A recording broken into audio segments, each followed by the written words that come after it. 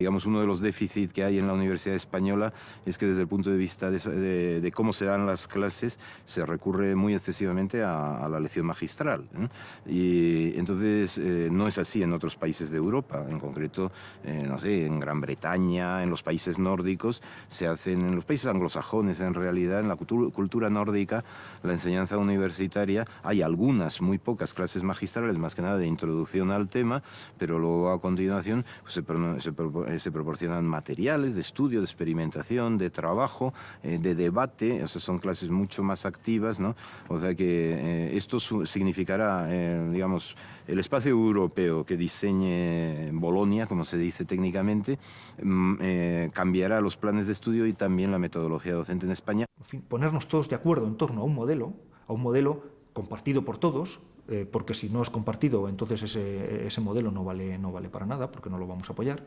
Un modelo compartido por todos, y una vez que tengamos claro cuál es ese modelo, entonces aplicar los medios económicos para convertir ese modelo en realidad. Y es que a partir de 1900 parece que dieron sus frutos las semillas liberales plantadas en el sexenio democrático. Comienza la Edad Dorada de la ciencia española, época que alcanza su vértice en 1906, año en el que se le otorga el Nobel de Medicina a Santiago Ramón y Cajal. Una época de renacimiento cultural que coincide y se ve influida con lo que se ha llamado Edad de Plata de las Letras, que abarca las generaciones del 98 y del 27.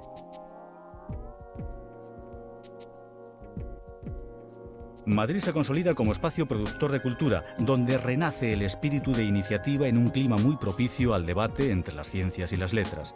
En este contexto, reavivada la polémica de la ciencia española, nace la Junta de Ampliación de Estudios, que marca un antes y un después para la ciencia en España. La Junta de Ampliación de Estudios fue una institución autónoma, aunque dependía del Ministerio de Instrucción Pública, que se preocupó de mejorar los recursos y la docencia en el país. Sus mayores preocupaciones, la investigación y la renovación pedagógica.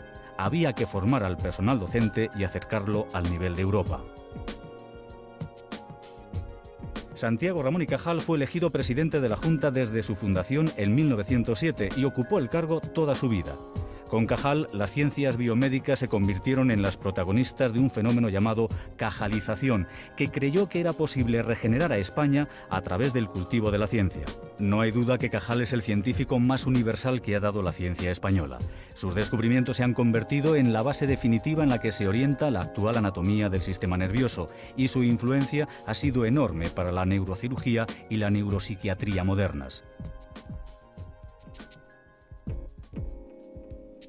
Cajal publicaba sus teorías ilustradas con sus propios dibujos. Sus dotes como dibujante hacen de su obra científica algo único y excepcional en el mundo. Era capaz de representar con la delicadeza de un artista complicadas formas y estructuras de varias capas que superponía en un mismo mapa.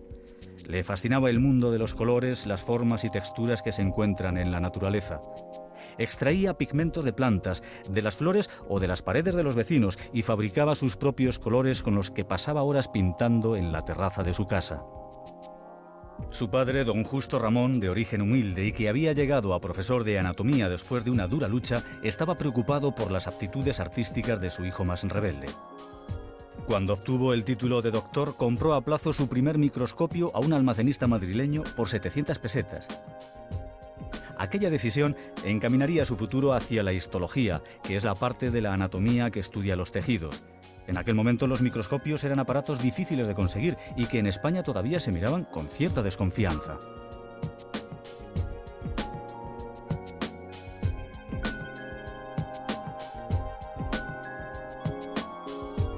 Al principio curioseaba sin método, sumergido horas y horas en su pequeño laboratorio. Por las noches la excitación lo mantenía despierto. Observando las retinas, sintió lo que describió como la estremecedora sensación del insondable misterio de la vida. Navegando en la organización microscópica del ser humano, Cajal, que hubiera querido ser pintor, descubrió en el microscopio todo un universo de magia en el que entraban en juego tanto la razón como la imaginación.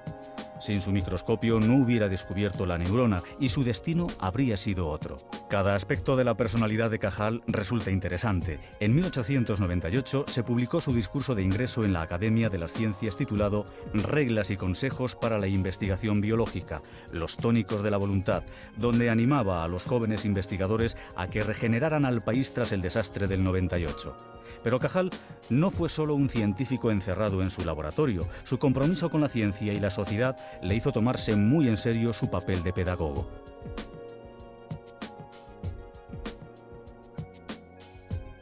Cajal obtuvo una plaza en el Hospital de la Princesa y luego fue nombrado director del manicomio de Santa Isabel en Leganés, del que tuvo que dimitir por diferencias con las autoridades eclesiásticas. Entonces se marchó a París y allí estudió 4 años y perfeccionó sus conocimientos en la teoría darwiniana, micrografía, neurohistología, neuropsiquiatría. Volvió a Madrid y se centró en los estudios de neurología y psiquiatría. En 1887 le nombran catedrático de histoquímica en Barcelona y presenta su textura del sistema nervioso del hombre y los vertebrados, estudio previo y que sentó las bases de su descubrimiento de la neurona. En 1900, Cajal era una figura reconocida en el ámbito internacional. Sus investigaciones se convirtieron en la base de todas las teorías neurológicas posteriores y el prestigio que supuso la obtención del Nobel en 1906 sirvió de impulso para la creación del Laboratorio de Investigaciones Biológicas. Los tintes o colorantes eran utilizados para determinar las formas de los tejidos. La técnica de la coloración argéntica, llamada así porque en ella se utiliza el nitrato de plata, había sido inventada por el italiano Camillo Golgi, con quien Cajal compartió el premio Nobel. Santiago Ramón y Cajal demostró en su teoría neuronal que el sistema nervioso está formado por células independientes en cuanto a función, origen y estructura. No existe ningún tipo de red continua como creía el propio Golgi. Cajal averiguó que la neurona es el elemento constitutivo del cerebro, la unidad básica, y las fibras son solo prolongaciones de cada neurona.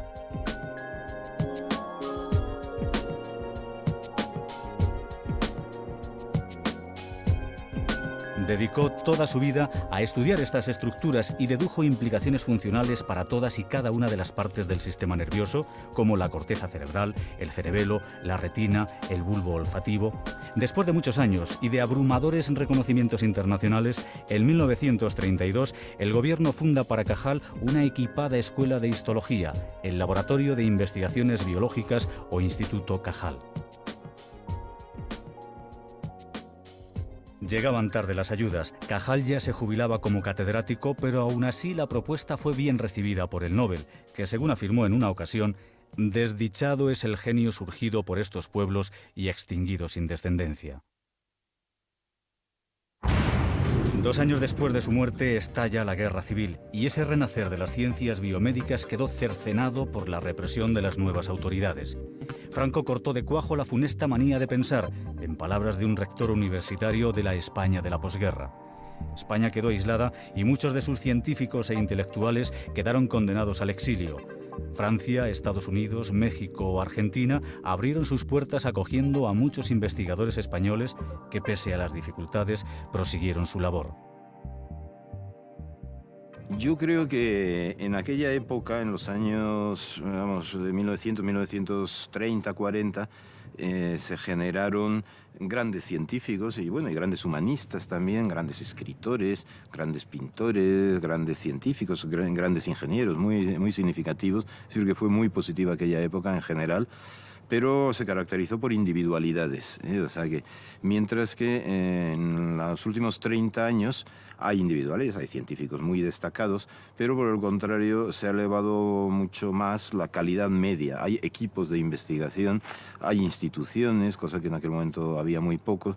Es decir, que se ha creado un tejido social de apoyo, de soporte a la ciencia, y también un apoyo político, es decir, hay política científica, digamos, hay planes de investigación y desarrollo, hay instituciones, en fin, se ha organizado lo que se llama el Sistema Nacional de Ciencia y Tecnología, cosa que no se hizo, hubo unos preludios con la Junta de Ampliación de Estudios, pero que no se hizo a principios del siglo XIX. Curiosamente, y a pesar del largo camino recorrido por la ciencia española a lo largo del siglo XX, en los albores del siglo XXI existe todavía una desestructuración científico-técnica. hay que trabajar en estructurar esa investigación científico-técnica, pero no importando modelos ajenos a nuestro sistema, que funcionan, como le comentaba, en otros países, sino haciendo una perspectiva adecuada de nuestro propio entorno, de nuestro propio contexto. La investigación científica debe de ser asumida por la sociedad y en general y en particular por el tejido empresarial. Se debe de estimular esa investigación científica a través de los fondos públicos, y también hay que estimular al tejido empresarial para que también invierta en I+D con el objetivo de generar mayor riqueza, mayor inversión, que al final va a redundar en una mejora de calidad de resultados, en una mayor y mejor competitividad de las empresas españolas, y por ello al final